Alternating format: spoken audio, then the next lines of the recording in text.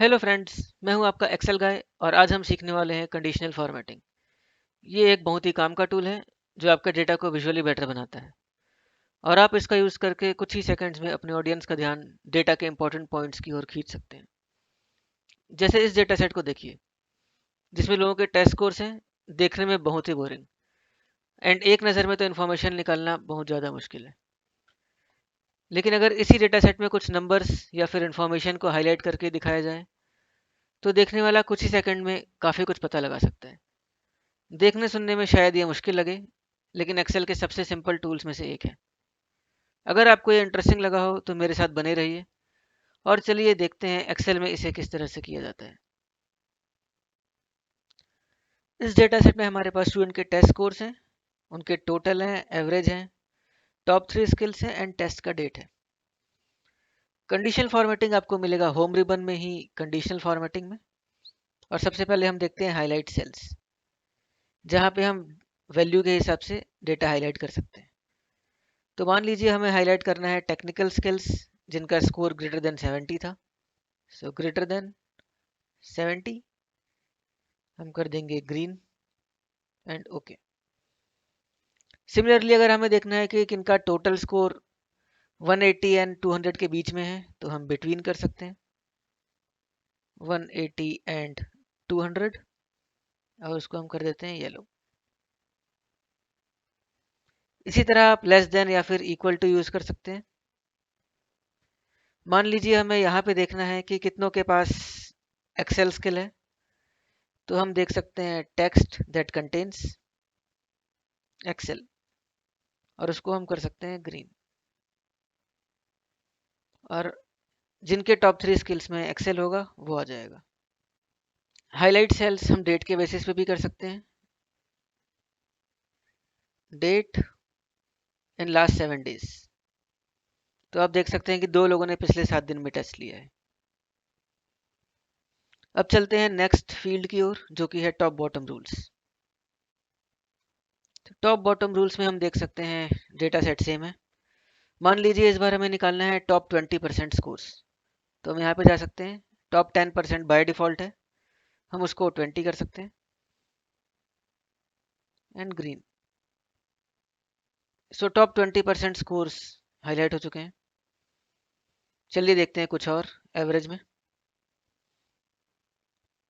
इस बार हम निकाल सकते हैं बॉटम 10 आइटम्स और यहाँ पे आप जितने चाहे उतने आइटम निकाल सकते हैं। मान लीजिए बॉटम 7 स्कोर्स निकालने हैं, तो अब देखिए बॉटम 7 स्कोर्स हाईलाइट हो गए।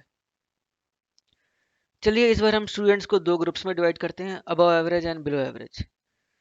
आप एक ही रेंज पे बार बार कंडीशनल फॉर्मेटिंग लगा सकते हैं, तो चलिए हम एवरेज पे ही लगाते हैं बिलो एवरेज। और इस बार हम बाय डिफ़ॉल्ट की जगह कस्टम फॉर्मेट सेलेक्ट करते हैं।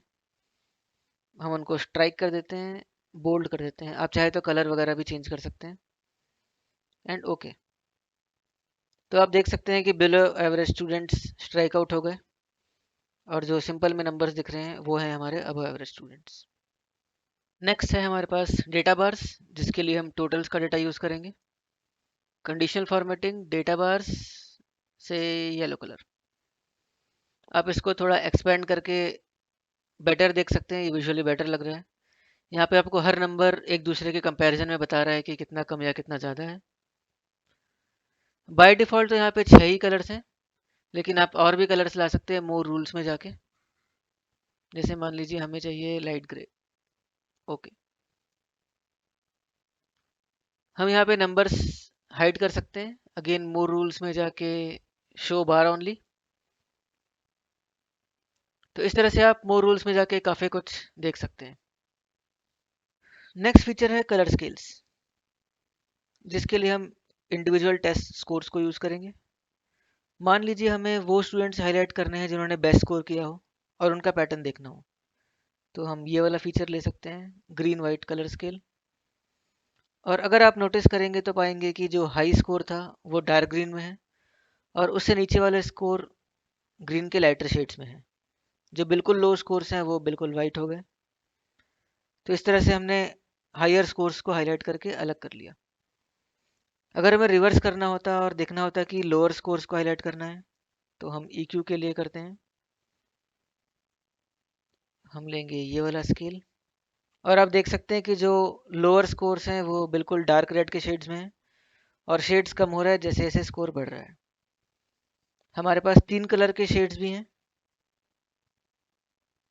Data scales. तो यहाँ पे आप देख सकते हैं कि जो टॉप स्कोर है वो ब्लू में है, जो लोएस्ट स्कोर है वो डार्क रेड में है, और बीच के जो स्कोर्स हैं वो ब्लू या रेड की ओर झुके हुए हैं बेस्ड ऑन सेंटर से वो ज़्यादा है या कम है। तो ये हुआ colour scales. Let's move to fifth option, icon sets, जिसके लिए हम यूज़ करेंगे एवरेज का डेटा।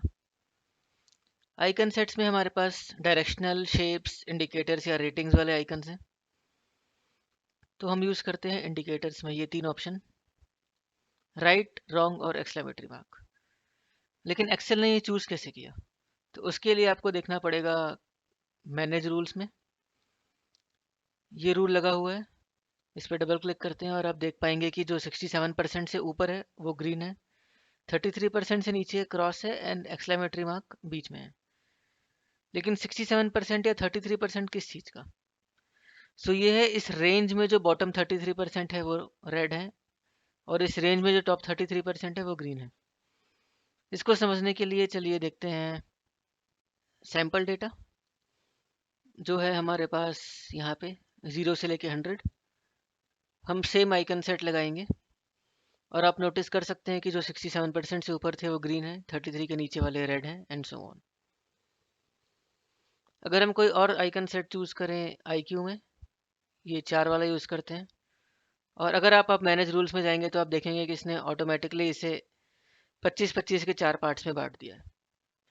तो इस तरह से आइकन सेट्स अप्लाई हो सकता है। अगर हमें फॉर्मेटिंग हटानी हो तो हम जाएंगे क्लियर रूल्स में, 2 ऑप्शन है, सिलेक्टेड सेल्स या फिर एंटायर शीट। अगर आप सिलेक्टेड सेल चूज़ करेंगे तो केवल इस रेंज से हटेगा, लेकिन अगर आप क्लियर रूल्स में जाके एंटायर शीट करेंगे तो पूरे शीट से फॉर्मेटिंग हट जाएगी। तो हमने आज देखे कंडीशनल फॉर्मेटिंग में वो ऑप्शंस जो इजीली अवेलेबल हैं। सेकंड पार्ट में हम सीखेंगे कि फॉर्मूला के साथ इसको कैसे यूज़ करें। पसंद आया हो तो लाइक कीजिए, और हाँ, वीडियो को सब्सक्राइब करना ना भूलें, ताकि नेक्स्ट वीडियो आते ही आपको पता चल जाए कि कुछ नया आ गया है। अभी के लिए इतना ही। अभिषेक वर्मा, साइनिंग ऑफ।